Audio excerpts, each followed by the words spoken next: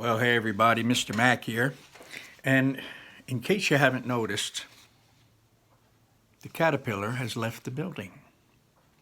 You know what I mean? Yeah, sure has. I can feel the breeze come across my face.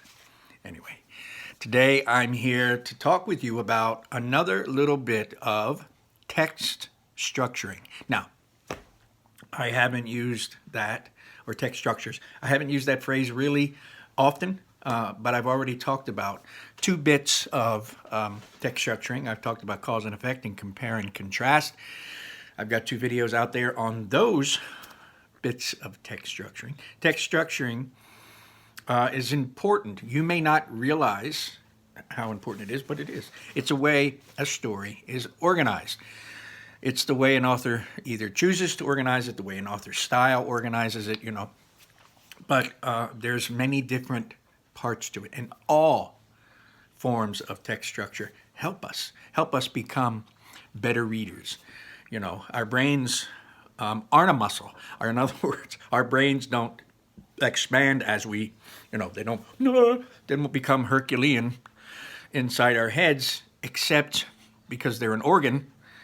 And if they expanded like muscle, we'd have gigantic craniums. But our brains do get better every single time you solve a problem. Every single time you read a word, driving down the road, you read a billboard, you're reading a text from a friend, you're reading something online, you're listening, you're watching, you're involved. Every time your brain is used, it becomes better. We're electrical creatures. We're carbon-based units. Our brains need to fire. And your little doses of electricity, every time you learn something, every time something comes across, there's a firing, there's a connection. And it makes us better. It makes us more intelligent every single time you read. That's why teachers are always trying to get you to read a book. I love books. And I do my best to get as many books as I can into as many students as I can. I share books, I read aloud, because it makes us, it truly enhances our intelligence. Every time you read something, it just makes us better every single moment, and that stuff stays with you. So the more you read, the better you get, the more intellectual you get. Today, the text structure we're going to talk about, is problem and solution. Now, I think it says what it is. I've said before on a number of these videos, hey, it's a piece of cake, you already know what it is, it's just this actually says what it is. There's a problem, and you solve it. The solution, right? That's life. There's a problem and a solution. Stories have it. It's a text structure. It's the way a story is built, where the beginning, there's a problem, and the story doesn't end till the solution. Now, this can apply to nonfiction. It can apply to fiction. Some of the best stories, in my view, of course, I love fantasy and things like that. I love fiction. Lord of the Rings, what's the problem? There's one ring. It's evil. People want it. What's the solution? Well, maybe I won't tell you that, because in case anyone's not seen the movies or read the book is magnificent. I won't tell you the solution, but there is a solution, as there is with everything. Problem and solution is just that, ladies and gentlemen. A story begins with a problem, and there is a solution. Problems can have to do with characters, can have to do with one person. In Ringer, the story Ringer, Jerry Spinelli, there's a problem. Our young protagonist, our young main character, Palmer LaRue, wants so badly to be accepted, but what he doesn't realize is he wants to be accepted by people who aren't that kind and friendly. So the problem is him, one, doing anything he can to be accepted, and two, of harboring a fear. The solution comes much later in the book, when he is able to stand on his own 2 feet and be Palmer LaRue, the person he was so afraid to be at the beginning. So stories wouldn't be stories without problem and solution. And just to paint a kind of a graphic picture for you, I just did a little doodle here.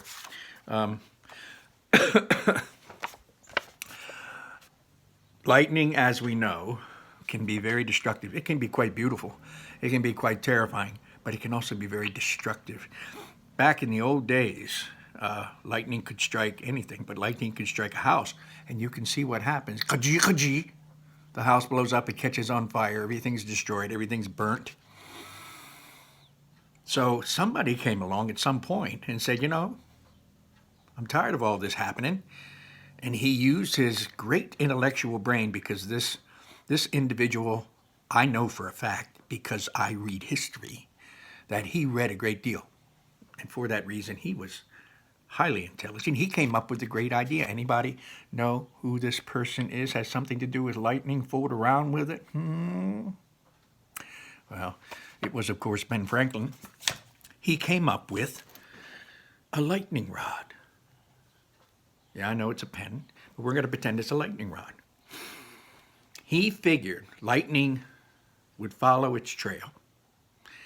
Put a metal lightning rod on top, the highest point of a roof, with a metal wire going down into the ground. Lightning, instead of striking the home, would be attracted to that lightning rod, go down through the rod, down through the wire, and into the ground harmlessly, leaving the house perfect, leaving the house great. There are lightning rods today, you know. So this is now, or began then, hundreds of years ago. That's the lightning rod up there. The lightning comes down, it strikes the lightning rod, it goes down and into the ground and saves the house. So what was the problem? The lightning, destroying homes. What was the solution? The lightning rod. Piece of cake. Absolutely. Ladies and gentlemen, that's a worldly thing, but stories, texts have problem and solution. You'll find them. You just have to read. You can probably, after the first few chapters, figure out what the problem is of the book, for the most part. And you won't know what the solution is until you're nearly done, you know. Good books, you know, it's sometimes the solution comes before, certainly before the last chapter. But so problem and solution, that's all it is. It's a text structure. It's a way to help us chunk stories. It's a way for us to say, what was that about now? What happened? Ah, yes, this happened, this problem, and then by the end that happened. It's a way to remember, and that's basically what we need to do. We have to have, our brains are able to recall, you know. We're able to retell a story because, you know, in our mind's eye, we lived it. And using compare contrast, using cause and effect, using problem and solution, and others. You know, we've got, good Lord, sequence and question and answer. There's all kinds of other text structures. All these things help us. Anyway, take care. Keep your hands away from your eyes, nose, mouth. Stay safe. And I'll be talking to you.